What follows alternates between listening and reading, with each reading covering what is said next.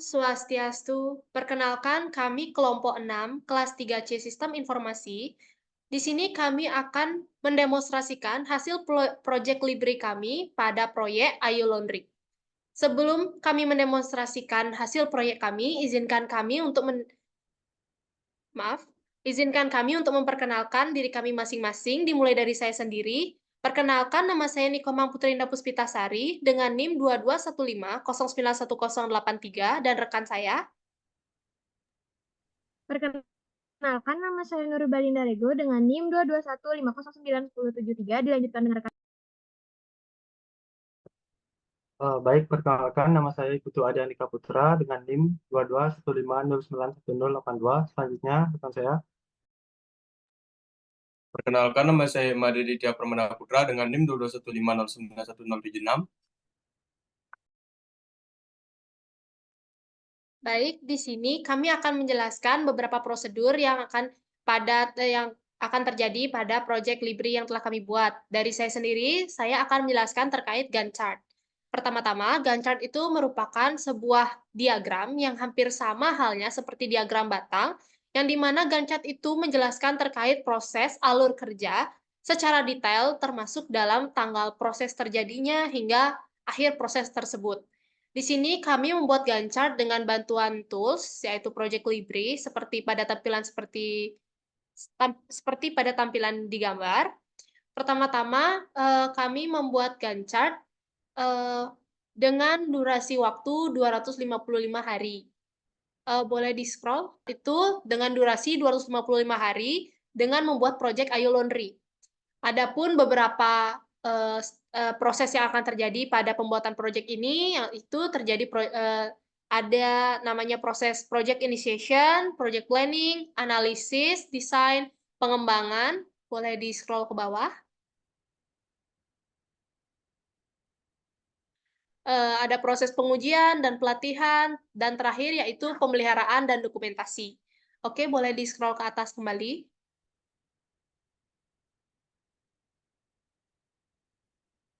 Oke, pada project initiation itu akan terjadi selama 222 hari. Pada project initiation itu terdapat stakeholder identification, persiapan administrasi, stakeholder registrasi completed, analisa kebutuhan completed, meeting awal, serta meeting awal completed.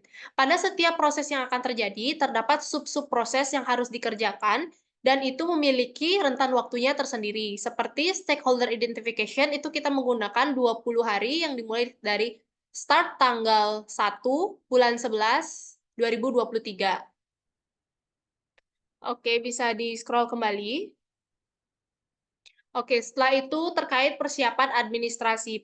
Persiapan administrasi sekiranya kami membutuhkan selama 4 hari, stakeholder register completed itu kami membutuhkan sekitar 1 hari saja. Menurut kami 1 hari saja itu sudah cukup. Selanjutnya ada analisa kebutuhan yang kami butuhkan selama 2 hari, analisa completed itu yang kami butuhkan selama 3 hari, serta meeting awal dan meeting awal completed itu terjadi pada 1 hari. Di mana saat kita melakukan meeting pada hari itu, maka kami akan menyelesaikan meeting itu pada hari itu. Selanjutnya, ada project planning. Ya, dalam project planning itu memiliki sub-sub proses yang terjadi, salah satunya yaitu pembuatan jadwal proyek, pembuatan SOP pelaksanaan pekerjaan, membuat estimasi biaya, pembagian tugas per orang, menentukan infrastruktur sistem, menentukan sumber daya yang diperlukan, membuat risk management plan. Yang dimana pada setiap sub proses tersebut memiliki rentan waktunya tersendiri yang telah tertera pada duration dan terdapat pada tampilan diagram di sebelahnya, yang dimana kami pembuatan jadwal proyek itu selama 3 hari, SOP juga 3 hari, membuat estimasi biaya 2 hari, dan pembagian tugas per orang menurut kami itu bisa dilaksanakan pada saat kami membuat estimasi biaya. Saya ulangi, maka dari itu kami mengestimasikan bahwa kami hanya membutuhkan 0 hari, yang dimana artinya kami bisa memasukkan pembagian tugas per orang pada pembuatan estimasi biaya. Selanjutnya, menentukan infrastruktur sistem, menentukan sumber daya yang diperlukan, membuat risk management plan, kami hanya membutuhkan 1 hari. Oke, mungkin bisa di-scroll ke bawah.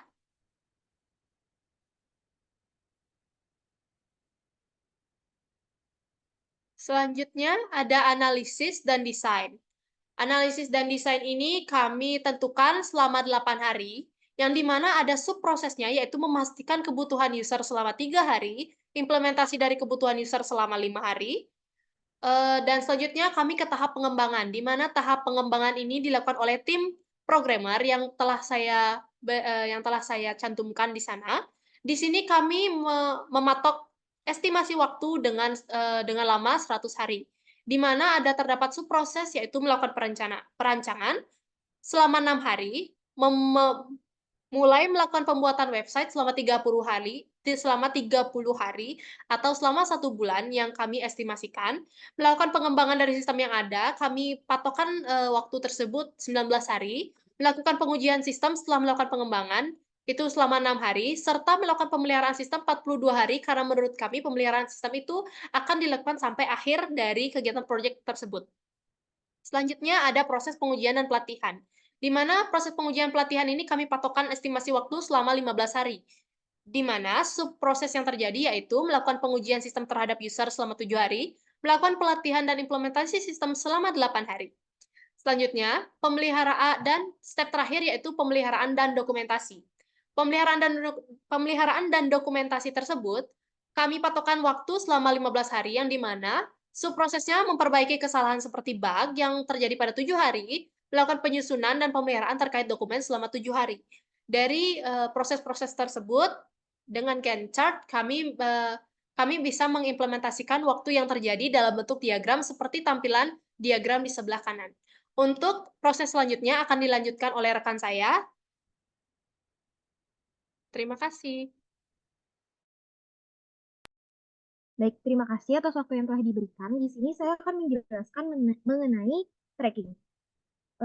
Tracking sendiri memiliki pengertian sebuah bentuk atau pengajuan antara hasil kerja dengan rencana awal proyek sehingga nanti dapat dibandingkan. Baik, untuk penggunaan tracking sendiri pada proyek Libre kali ini sebagai berikut. Pertama-tama kita melakukan klik kanan, kemudian memilih tracking.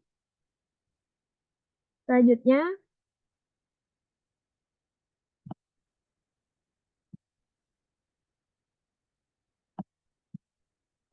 di sini dapat dilihat terdapat actual start dan juga actual finish. Dan di samping actual start di samping actual start terdapat baseline start, kemudian dan di samping actual finish terdapat baseline finish. Sesuai dengan pengertian tracking tadi, yakni untuk membandingkan rencana awal proyek dengan hasil dari kerja proyek. Dapat dilihat di sini, misal kita ingin mengubah stakeholder identification. Yang pertama kita lakukan adalah include information, kemudian mengubah start,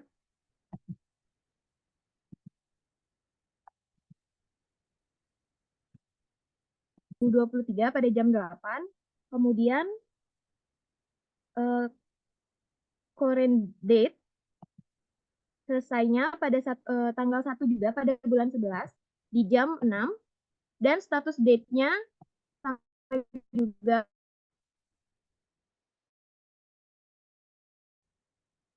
pada tanggal 1 bulan 11, hanya memerlukan waktu 1 hari.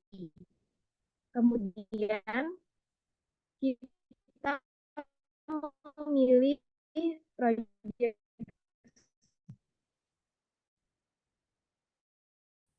Maaf, saya ulangi, kita memilih base calendar. Nanti di sini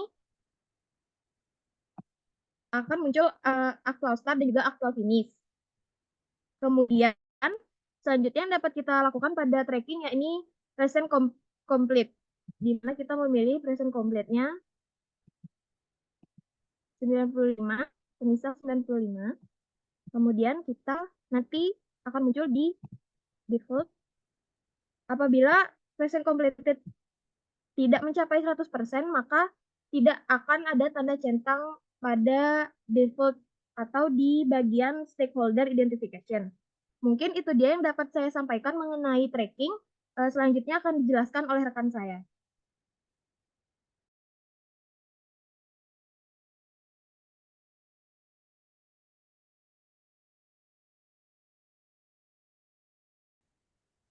Baik, di sini saya akan menjelaskan tentang histogram. Pertama-tama kita akan masuk ke langsung saja pencet di review nih, pencet icon ini.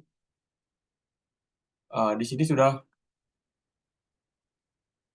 sebelumnya kita akan melihat daftar-daftar siapa saja yang sudah kami inputkan. Di sini terdapat 4 nama-nama yang sudah kami inputkan. Yang pertama Adi Andika, Putri Indah, Nurmalina Lego, dan saya sendiri Aditya Pramana. Di sini kami juga sudah menambahkan range gaji. Range gaji fiktif yang pertama dari Adi Andika. Adi Andika kita menentukan gajinya sebanyak $700 per hour atau per jam. Selanjutnya Putri Indah $650 per jam. Selanjutnya Nurma 5 sama juga $650 per jam, dan saya sendiri $700 per jam. Di sini saya akan memperlihatkan histogram.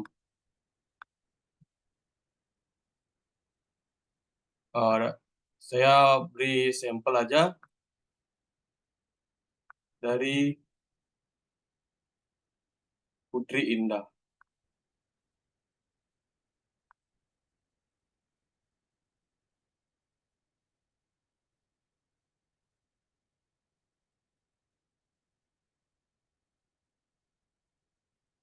Mohon maaf, dari Nurbalinda Lego. Di sini terlihat pekerjaan awal yang dilakukan oleh Durba Lego itu terdapat pada hari Senin,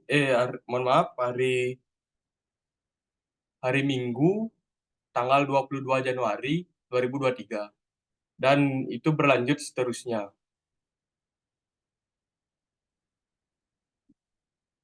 Selanjutnya di Putri Indah kita lihat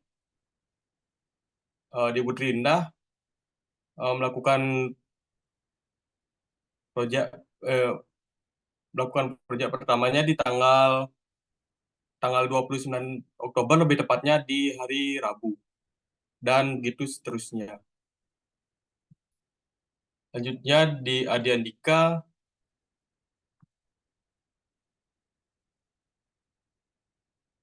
lakukan proyek pertamanya di tanggal 8 Januari 2023, lebih tepatnya pada hari Senin. Hari Selasa, mohon maaf. Selanjutnya saya terakhir,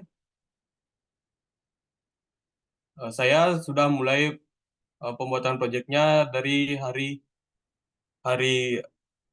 Rabu tanggal 8 Januari 2023 sampai seterusnya.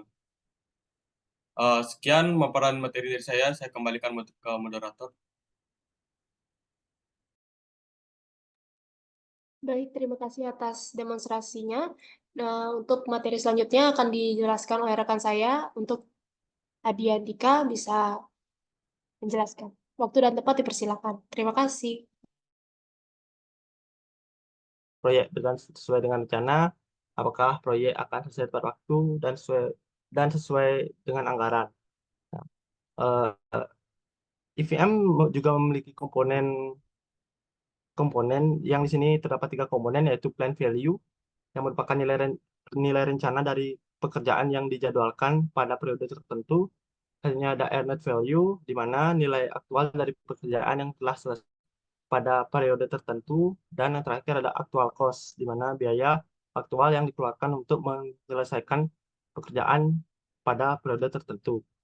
Nah, adapun matriks dan indeks kerja EVM. Yang pertama ada schedule variance atau VS, merupakan perbedaan antara planned value dan ended value, menunjukkan apakah proyek lebih cepat atau lebih lambat dari jadwal. Selanjutnya ada cost variance, yang merupakan perbedaan antara earned value dan actual cost, menunjukkan apakah proyek melebihi atau di bawah anggaran. Dan selanjutnya ada Net Performance Index yang menunjukkan efisiensi jadwal proyek. Selanjutnya ada Cost Performance Index di mana menunjukkan efisiensi biaya proyek. Nah, manfaat EVM itu sendiri adalah meningkatkan kontrol dan visibilitas atas kinerja proyek, identifikasi dini masalah dan risiko proyek, ada mengembalikan keputusan yang lebih tepat berdasarkan data, ada meningkatkan komunikasi yang berkolaborasi antara stakeholder proyek, dan yang terakhir meningkatkan efisiensi dan efektivitas pelaksanaan proyek. Nah, dengan demikian, IMV merupakan IMP